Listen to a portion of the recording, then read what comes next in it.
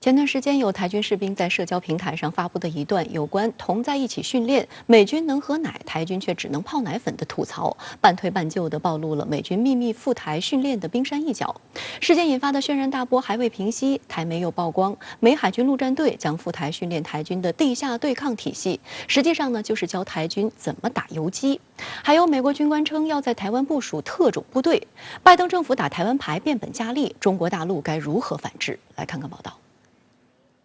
上周四，主管特战和低烈度冲突的美国助理国防部长被提名人克里斯托夫·迈尔在美国参议院审议他任职资格的听证会上公开声称，美国应该积极考虑部署特种部队到台湾，帮助台军进行非常规作战，以增强台军特种作战战力。台湾联合报周一引述台防务部门的消息来源，报道了一连串美台间的军事交流，包括美军的安全合作旅官兵已经在台湾新竹湖口下基地协助训练台军的联兵旅，美国陆军特种部队和海军海豹突击队也在与台陆军特战部队做固定的协训操演。而美国海军陆战队特种作战司令部今年也首度派人前往台湾，与台军的特战部队实施专家交流。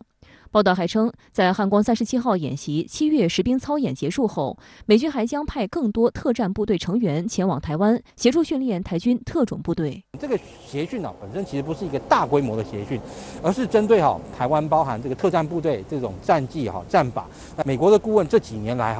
汉光演习都看到这样一个情形，所以他们是希望借由这样的方式提升台湾的这个军方，特别是特战部队以及地面部队整体作战这样一个能力。此前，美台军事勾连一直比较低调，甚至被列为机密事项，禁止媒体报道。但4月份，一名台军士兵在社交媒体吐槽，相较而言，美军待遇更好，能喝上鲜牛奶，台军只能泡奶粉，无意间暴露了美台联合训练。民进党当局没有对这条新闻进行撤稿处理，美方也没有抗议，岛内舆论纷纷表示蹊跷。另据台媒报道，上周二凌晨，台空军4架 F-16A 战斗机从花莲基地起飞，低调飞往美国亚利桑那州陆克基地执行替代训练任务。这4架 F-16A 涂装还被刻意涂掉，且隐秘地选择在凌晨时间起飞。但在信息化高度发达的当下，这些行踪都被曝光在网上。观察指，在后任美助理国防部长克里斯托弗·迈尔讲出美国应该积极考虑部署特种部队到台湾后，让原本还遮遮掩掩的美台军事勾连公开化。岛内分析认为，美军密集安排有关协训台军做法，其实就是强化反制解放军闪电战的战备整备。时事评论员杜文龙认为，在美方看来，两岸从兵力规模和武器装备密度来说，台湾是绝对劣势，发展特种作战能力或许可以进行一些弥补。因为特种作战呢规模不大，但是效率极强。例如现在的网络攻击啊、特种袭击啊，包括对机场和港口重要目标的打击行动，这个效果呢有可能比高强度火力打击所形成的这种效果还要强。所以如果能够把这种作战能力进行培养，联合进行特种作战，在相对复杂的作战环境中，在相对有限的战场空间范围内，能够起到比较大的作用。外界注意到，被提名担任美国助理国防部长的克里斯托夫·迈尔主管的就是特种作战，但他竟然直接提出在台湾部署特种部队，也让舆论哗然。有分析认为，迈尔想要的估计就是这一效果，用煽动性的好战言论来证明自己对中国强硬。尤其在全面遏制中国成为美国政治正确的背景下，特别是在台湾问题上，他就更容易将提名转变为正式任命，利用台湾问题给特种作战部队造势。但真正特种部队能不能进台湾呢？这要打一个大大的问号。他就是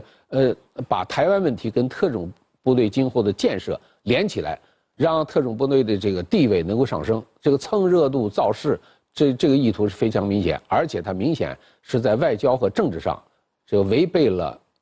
拜登政府对中国做出的承诺。值得注意的是，听证会上麦克的观点得到其他议员的附和以及进一步建议，美军特种部队应对台军进行地下对抗体系训练。有台媒借机渲染称，一旦解放军登陆，台军特种部队可以留置作战，引入民间，暗中组织训练民间后备军人或受过军事训练的平民，遂行有组织的抵抗，给解放军重创，并等候援军和反攻。但也有分析认为，这实际上是踩台军的战力，将其由正规军贬为游击队，更是对台防务部门此前声称能抵抗多久就抵抗多久的打脸。说明美国根本不相信台军有抵抗能力，只是借此为与台方的军事勾连造势。颇为蹊跷的是，面对美方的贬损，一直强调台湾很行的蔡政府居然点头哈腰，照单全收。对于美军要帮台军遂行有组织的抵抗，有台湾网友直白地翻译成美军要教授台军打游击。台媒在报道这一新闻时，为自证实力，给出的理由是美军特种部队曾在叙利亚执行过相关任务。对此，有网友问得很犀利：美军在叙利亚是打赢了吗？也有台湾网友调侃，美军在越南被游击战打得丢盔弃甲，如今这是久病成良医了吗？还有台湾网友吐槽，美军在世界各地打仗都是灰头土脸的撤军，要来亲授什么？怎么逃跑吗？那大可不必，这一套台湾很会，蔡英文都演练过很多次了。一直到他2009年撤出伊拉克为止，他在整个伊拉克战场甚至有高达包含这个接近5000名美军的这个阵亡，所以你就可以看到，日后美军在占领伊拉克之后，在伊拉克所进行的这个绥靖作战，对于这个美军实际造成这个伤亡，甚至于影响到这个后续美国它整个国内的这个政治风气等等，都产生了很大的影响。你美国人在这里是当顾问还干什么？这种介入，我们说的不客气。如果一旦有台湾有事，你就是在那送战俘，就送俘虏。没错，送俘虏完了以后，你美国是更主动还是更被动呢？你是这个特种作战能不能打下去？我说这都是要打很大很大的问号。台湾媒体报道说，美国军官将到台湾指导台军进行特种作战。五角大楼后任高官也扬言要让美特种军登台，您是如何看？从去年以来，美台之间的军事交流不断的突破底线，这是值得关注的动向。中国国防部发言人就明确表示，台湾是中国内政，坚决反对任何国家对台进行出售武器、发展任何形式的军事联系。民进党当局将美台军事合作视为以武拒统的靠山，在谋独的路上越走越远。但是呢，从美国对台湾的定位可以看到，台湾是美国印太战略的一枚棋子，根本谈不上给台独撑腰，更不可能要所谓的保护台湾。从美台关系的历史就能够看到，美国从来不会允许台湾牵着美国的鼻子走，而只是将台湾作为美国利益的垫脚石。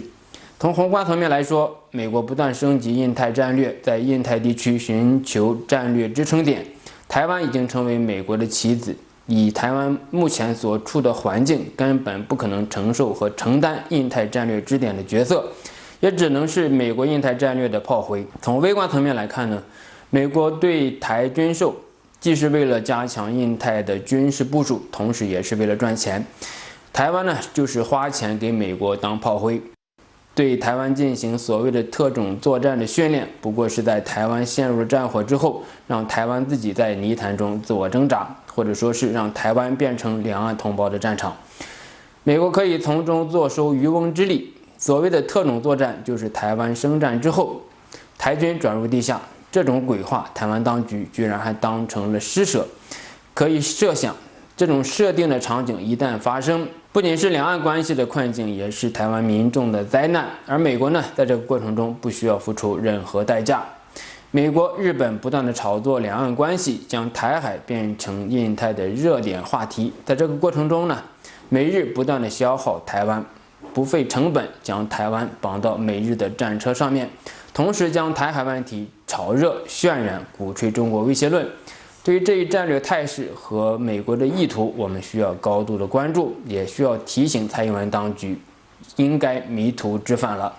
美国不断升级美台军事关系，制造舆论热点，踩踏两岸关系以及中美关系的底线，是在玩火。而蔡英文当局一不小心就成了火。好的，也谢谢孙先生跟我们共同在线分享您的观点，谢谢。